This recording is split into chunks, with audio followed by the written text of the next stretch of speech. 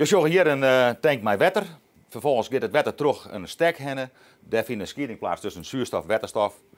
Het gaat hier terug een bubbelaar. Hier komt het waterstofgas, wat er een oer is, wordt bijgemogen bij het aardgas. Vervolgens gaat het de cv-chattel in en haal je een bezuiniging van 30-40% op je energieverbruik. Het verbanen van wetter. Daar komt het nieuwe systeem eens op del. Het moet ervoor zorgen dat er volle minder CO2 uitstoten wordt. Op dat hoeft er dus minder aardgas gebruikt te worden om het zwembadwetter te verwarmen. Wij hebben nu een verbruik van 33.000 kuub per jaar.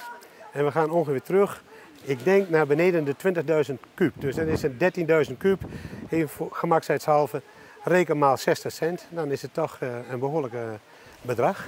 Een zwembad is een groot verbruiker van energie.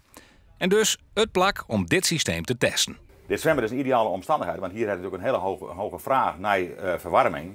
Dus het systeem hier krijgt goed op zijn sodemieter, om het zo te zeggen. Daarmee kunnen we duurzaamheid testen. En dat is belangrijk natuurlijk als we naar de markt gaan van, is het echt duurzaam? Het gaat voor eerst door een proef, hoe 3 jaar, maar duidelijk wijzen hoe skien het systeem echt is.